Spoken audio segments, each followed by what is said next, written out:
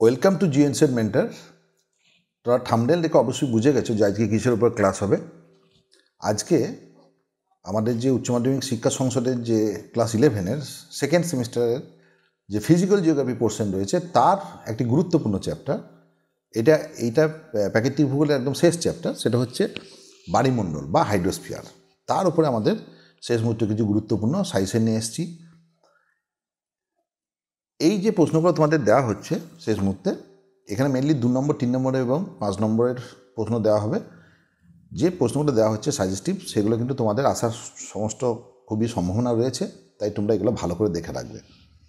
আমরা এখানে কিন্তু বেঙ্গলি এবং ইংলিশ দুটো ভার্সনেই কিন্তু তোমাদেরকে কিন্তু এই ম্যাটারগুলো তোমাদের দিচ্ছি।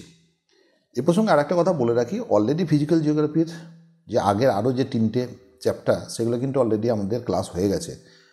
যেমন আমাদের আইসোস্টেসি উপরে ক্লাস হয়ে গেছে, আমাদের আমাদের যে আগের যে চ্যাপ্টার ছিল সেটা হচ্ছে যে জিওমরফিক ফোর্সেসের উপরে হয়ে গেছে, এবং আবহাওয়া এবং জলবায়ুর উপরে ক্লাস কিন্তু অলরেডি হয়ে গেছে। যারা তোমরা করোনি এখনও পর্যন্ত, তারা কিন্তু আমাদের যে ডেসক্রিপশন বক্সের যে আই বাটন আছে সেখানে কিন্তু ক্লিক করে তোমরা কিন্তু এটা অবশ্যই তোমরা দেখে নেবে। তো আমরা মেন ক্লাসের দিকে এবার চলে আসছি। আমাদের যে টেলিগ্রাম চ্যানেল রয়েছে তার সঙ্গে তোমরা কিন্তু অবশ্যই যুক্ত হয়ে যাবে। তার কারণ এখানে তোমরা গুরুত্বপূর্ণ নোটিফিকেশান কিন্তু ক্লাস সম্পর্কিত পাবে, আপডেটেড নিউজ তোমরা পাবে, এবং এখানে কিন্তু পিডিএফ পাওয়ার সম্ভাবনা থাকছে।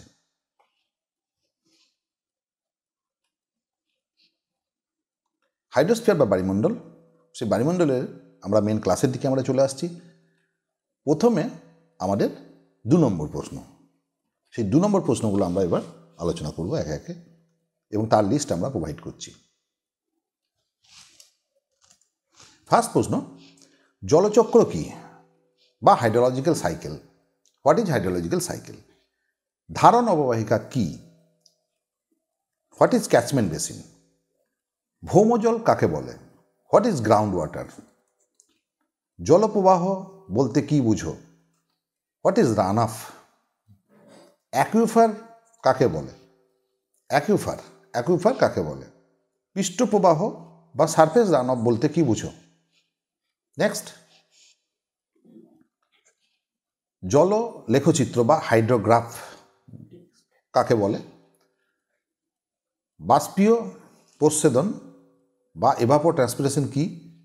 অনুপ্রবেশ ইনফিল্ট্রেশন, অর্থাৎ যে লেয়ার রয়েছে ভূপৃষ্ঠের, সেখানে তার ভেতরের দিকে যে জল যে প্রবেশ করছে বিভিন্ন ছিদ্রপটে, সেই ঘটনাটা হচ্ছে ইনফিল্ট্রেশন।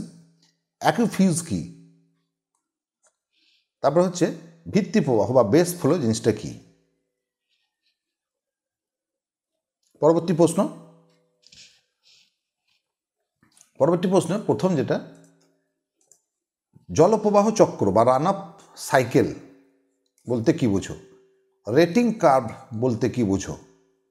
নদী বর্তন বা রিভার রিজিম কি? রিভার রিজিম একটা গুরুত্বপূর্ণ জিনিস, অর্থাৎ নদীর সারা সিজন অনুসারে সারা বছরে কিন্তু প্রবাহের যে জলের যে প্রবাহ, সেটা কিন্তু সব সময় কিন্তু সমান পরিমাণে থাকে না, ঋতুভেদে কিন্তু তার একটা পরিবর্তন হয়। সুতরাং এটাকে ঋতুভিত্তিক নদীবর্তন অনেক সময় বলা হয়, সিজনাল রিভারিজমও বলা হয়।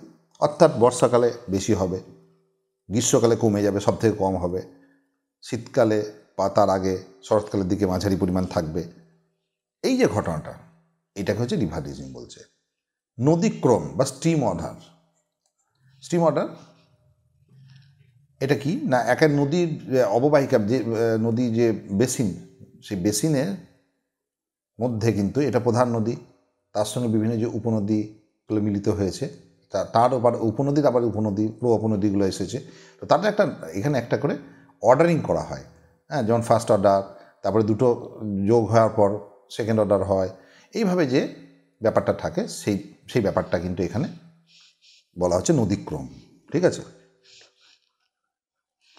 তারপরে চলে আসছি আমরা জল নির্গমন বা ড্রেনেজ প্যাটার্ন বলতে কি বুঝো? ড্রেনেজ প্যাটার্ন, যে বিভিন্ন ধরনের ড্রেনেজ প্যাটার্ন থাকছে, যেমন বৃক্ষরূপী, যেটা বা ডেনড্রাইটিক ড্রেনেজ প্যাটার্ন গাছের মতো, ঠিক আছে, তারপরে চলে আসছে কেন্দ্র বিমুখী, কেন্দ্র থেকে বাইরের দিকে বেরিয়ে যাচ্ছে, আবার কেন্দ্রমুখীও হতে পারে, কেন্দ্রের দিকে আসছে, বাইরে থেকে ভেতর দিকে আসছে। আবার কোনো জায়গাটা দেখা যাচ্ছে যে সমান্তরাল, মানে সমান্তরালভাবে হয়তো এই পরস্পরের দিকে থাকছে নদীগুলো, ঠিক আছে, এইভাবে আর কি। তারপর হচ্ছে চলে আসছে নদী অববাহিকার জলচক্র, বেসিন হাইড্রোলজিক্যাল সাইকেল। নেক্সট হচ্ছে ভাদোস জল কাকে বলে? প্লুটোনিক জল বলতে কি বুঝো? Plutonic water. জলের পুনঃপ্রাপ্তি এবং বহির্নির্গমন বলতে কি বুঝো? অর্থাৎ recharge and discharge of water. Recharge মানে হচ্ছে আসা এবং ডিসচার্জ মানে হচ্ছে বেরিয়ে যাওয়া, ঠিক আছে, এটা রিচার্জ এবং ডিসচার্জ।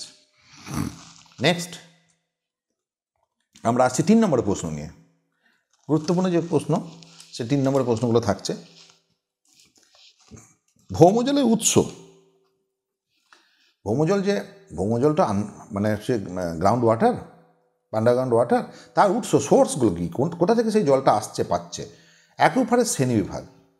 হ্যাঁ, অ্যাকুইফার যে ভূগর্ভের যে জলের যে স্তর, যে লেয়ার, সেটাই তো অ্যাকুইফার, যেখানে জল ধরে রাখছে, জল থাকছে যেটা শিলার মধ্যে, সেটা অ্যাকুইফার। তার যে বিভিন্ন ক্লাসিফিকেশন থাকছে সেগুলো। তারপর হচ্ছে অ্যাকুইফার এবং অ্যাকুইক্লুডের পার্থক্য। অ্যাকুইফার এবং অ্যাকুইক্লুডের পার্থক্য খুব গুরুত্বপূর্ণ প্রশ্ন, এটা কিন্তু আসে বিভিন্ন সময়, এবং 3 নম্বর প্রশ্নের ক্ষেত্রে একটা গুরুত্বপূর্ণ, এখানে 3টে বা 4টা পয়েন্ট কিন্তু দিতে হবে। নেক্সট হচ্ছে সম্পৃক্ত এবং অসম্পৃক্ত স্তর, জলের যে সম্পৃক্ত স্তর অর্থাৎ saturated and unsaturated layer. Next হচ্ছে ভৌম জলস্তরের শ্রেণীবিভাগ, classification of ground water layer, ভৌম জলের যে বিভিন্ন শ্রেণীবিভাগ রয়েছে সেগুলো।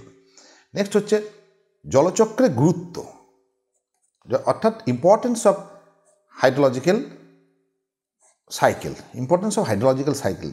ভৌম জলের চক্রের মাধ্যমেই তো পুরো জলের ব্যালেন্সটা থাকছে স্থলভাগ, জলভাগ এবং বায়ুমণ্ডলের মধ্যে। হ্যাঁ, তো সেই ব্যাপারটা কিন্তু তার যে ইম্পর্টেন্স, তার যে গুরুত্বটা কোথায়, ঠিক আছে, সেই ব্যাপারটা কিন্তু আমাদেরকে দিতে হবে। অর্থাৎ এই যে সাগর, এই যে বায়ুমণ্ডল এবং এই যে ভূপৃষ্ঠের উপরে যে প্রবাহ হচ্ছে, তার মধ্যে যে একটা ব্যালেন্স তৈরি হচ্ছে, এবং সেটা কোন কোন কাজে লাগছে, ভৌম চক্রের ফলে কোন কোন ঘটনাগুলো সেগুলো তার ইম্প্যাক্ট পড়ছে, সেগুলোকে কিন্তু এখানে লিখতে হবে। জলচক্রের বৈশিষ্ট্য, ক্যারেক্টারিস্টিক অফ হাইড্রোলজিক্যাল সাইকেল। জলচক্রের একটা বৈশিষ্ট্য রয়েছে নির্দিষ্ট, সেগুলোকে লিখতে হবে। ভূপৃষ্ঠস্থ জলচক্র অর্থাৎ সারফেস ওয়াটার সাইকেল। নেক্সট চলে আসছি আমরা একক হাইড্রোগ্রাফ সম্পর্কে কী জানো? Unit hydrograph. তো হাইড্রোগ্রাফ যে জলের প্রবাহ যেটা এবং সময়ের সঙ্গে যেটা সম্পর্কিত, কত পরিমাণ জল প্রবাহিত হয় সেই নিয়ে যে গ্রাফিক্যাল তার যে রিপ্রেজেন্টেশন, যে ডিসচার্জের যে রিপ্রেজেন্টেশন, সেটাই হাইড্রোগ্রাফ। একটা বেসিনের মধ্যে যে জল যায়, রিভার বেসিনের মধ্যে, সেই ঘটনাটা, তার যে চিত্র, সেই সম্পর্কে কী জানো, কী ইন্ডিকেট করে, কোন পার্টটাকে কী বলা হয়, এই সম্পর্কে তার একটা থাকে প্রশ্ন। জলচক্রের অংশ হিসেবে নদী অববাহিকার গুরুত্ব, importance of river basin as a part of hydrological cycle. হ্যাঁ, হাইড্রোলজিক্যাল সাইকেলের একটা নির্দিষ্ট অংশটা হচ্ছে নদী অববাহিকা, কেননা ভূপৃষ্ঠের উপরে যে জলটা যায় সেটা কিন্তু নদী অববাহিকার মধ্যে দিয়ে কিন্তু যায়, তার একটা গুরুত্ব রয়েছে। হ্যাঁ, সেই ব্যাপারটা। জলচক্রের শর্ত বা নিয়ন্ত্রকগুলি, controlling factors of hydrological cycle, কোন কোন উপাদান জলচক্রকে নিয়ন্ত্রণ করে, অর্থাৎ জলচক্রকে কোন উপাদান জলচক্রকে ঠিক রাখতে সাহায্য করে বা বাধা দান করে, এই সমস্ত ব্যাপারগুলো। নেক্সট হচ্ছে আর্টেজিও কূপ। আর্টেজিয়ান যে অর্ধচন্দ্রাকার যে কূপ, যেটা প্রবেশ্য এবং অপ্রবেশ্য শিলাস্তরের অনুসারে যেটা থাকে, এগুলো হচ্ছে অপ্রবেশ্য শিলাস্তর। তার নিচে এখানে প্রবেশ্য শিলাস্তর অবস্থান করলে সেখানে যে অর্ধচন্দ্রাকার যে ক্রিসেন্ট্রিক গঠন হলে এখানে জল যে প্রবেশ করে যায়, এবং উপর থেকে কোনো গর্ত কাটলে সেই জল যে বেরোতে থাকে এখান থেকে, ঠিক আছে, এটা একটা আর্টেজিয়াল কূপ। সেই ব্যাপারটা কিন্তু এখানে চিত্রসহ কিন্তু লিখতে হবে। নেক্সট হচ্ছে জলপ্রবাহের শ্রেণীবিভাগ, অর্থাৎ classification of run of. Next প্রশ্ন কী আছে দেখা যায়। এরপরে আমরা চলে আসছি গুরুত্বপূর্ণ 5 নম্বর প্রশ্নগুলো এই চ্যাপ্টারের মধ্যে যেগুলো থাকছে, বা ডেসক্রিপটিভ বা রচনাধর্মী প্রশ্ন। এখানে কিন্তু চিত্র না থাকলেও চিত্র দিতে হবে, এবং 5 নম্বর পয়েন্ট যেহেতু 5 আছে, তাহলে 5টা বা 6টা পয়েন্ট কিন্তু দিতে হবে। চলে আসছি আমরা 5-7টা পয়েন্ট দিলেও ভালো হয়। জলচক্রের উপাদানগুলি, এলিমেন্টস অফ হাইড্রোলজিক্যাল সাইকেল। জলচক্রের বা জলপ্রবাহ চক্রের পর্যায়গুলি, stages or phases of hydrological cycle, phases বা স্টেজেসও বলা যেতে পারে, ঠিক আছে।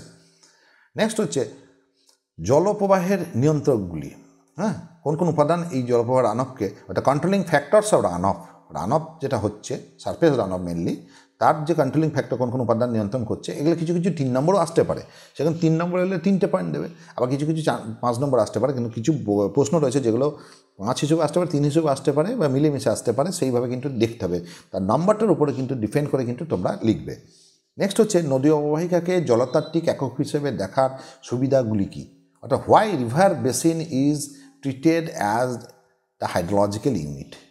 নদী অববাহিকার জলতাত্ত্বিক একক অর্থাৎ হাইড্রোলজিক একক হিসেবে কিন্তু নদী অববাহিকাকে দেখানো হচ্ছে, কারণ মেজর বা ম্যাক্সিমাম হাইড্রোলজিক্যাল ফেনোমেনা যে জলতাত্ত্বিক, তা কিন্তু এই রিভার বেসিনের মধ্যে কিন্তু ভূপৃষ্ঠের উপরে এই রিভার বেসিনের মধ্যেই কিন্তু ঘটে যাচ্ছে। হ্যাঁ, এই রিভার বেসিনের মধ্যে কিন্তু সমস্ত ঘটনাগুলো বেশিরভাগ ঘটছে বলে কিন্তু এটাকে বলা হচ্ছে হাইড্রোলজিক্যাল ইউনিটটাকে গুরুত্ব দেওয়া হচ্ছে। এবং সেইগুলো কী, সেগুলো কারণসহ কিন্তু লিখতে হবে। নদী অববাহিকার জলচক্রের বিভিন্ন যে উপাদান, নদী অববাহিকার জলচক্রের উপাদান, the elements of hydrological cycle of the river basin, ঠিক আছে। এইগুলো কিন্তু উল্লেখ করতে হবে। তো এই ছিল আজকের আমাদের ক্লাসের আলোচ্য বিষয়, অর্থাৎ বায়ুমণ্ডল সম্পর্কে, যেটা 2 নম্বর 3 নম্বর 5 নম্বর সম্পর্কে আমরা দিলাম। এগুলো তোমরা কিন্তু অবশ্যই করে রাখবে, সবগুলো জেনে অবশ্যই সব প্রশ্নগুলো একবার অন্তত বই থেকে দেখে রাখবে, কেননা কোন প্রশ্নটা কী আসবে সেটা কিন্তু আমরা কেউই জানি না।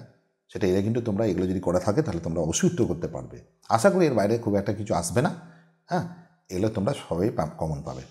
আমাদের যে ইউটিউব চ্যানেল রয়েছে, সেই ইউটিউব চ্যানেলে তোমরা তার সঙ্গে যুক্ত হয়ে যাবে, ইউটিউব চ্যানেলের সঙ্গে তোমরা যুক্ত হয়ে যাবে, এবং এই চ্যানেলটিকে তোমরা সাবস্ক্রাইব করে রাখবে এবং বেল আইকনটিকে তোমরা হিট করে রাখবে পরবর্তী সমস্ত নোটিফিকেশান পাওয়ার জন্য। আমার এই চ্যানেলটিকে তোমরা বেশি করে লাইক, কমেন্ট এবং শেয়ার করে দাও, আমাদের পাশে থেকে এবং আমাদের সহযোগিতা করো। আমাদের যে টেলিগ্রাম চ্যানেল রয়েছে তার সঙ্গে তোমরা যুক্ত হয়ে যাবে সমস্ত গুরুত্বপূর্ণ নোটিফিকেশান পাওয়ার জন্য এবং পিডিএফ পাওয়ার জন্য, ঠিক আছে। আমাদের যে ফেসবুক প্ল্যাটফর্ম রয়েছে তার সঙ্গে তোমরা যুক্ত হয়ে যাবে সমস্ত ক্লাস লিঙ্ক পাওয়ার জন্য এবং সমস্ত ক্লাস পাওয়ার জন্য। আর তোমরা কিন্তু আমাদের অলরেডি যে ফিজিক্যাল জিওগ্রাফি পোর্শনে বা প্রাকৃতিক ভূগোলে যে অন্যান্য যে চ্যাপ্টারগুলো হয়ে গেছে, সেগুলোও কিন্তু তোমরা আমাদের ডেসক্রিপশন বক্সের যে আই বাটন রয়েছে সেখান থেকে কিন্তু ক্লিক করে কিন্তু দেখে নেবে, যারা এখনও পর্যন্ত দেখোনি তাদের জন্য বলছি। তো এই হচ্ছে আমাদের আলোচনা, আজকে এই পর্যন্ত থাক। তোমরা ভালো থেকো, ভালো করে পরীক্ষা দাও, সুস্থ থেকো। সকলকে ধন্যবাদ জানাচ্ছি। আমরা এখানেই শেষ করছি। Thank you.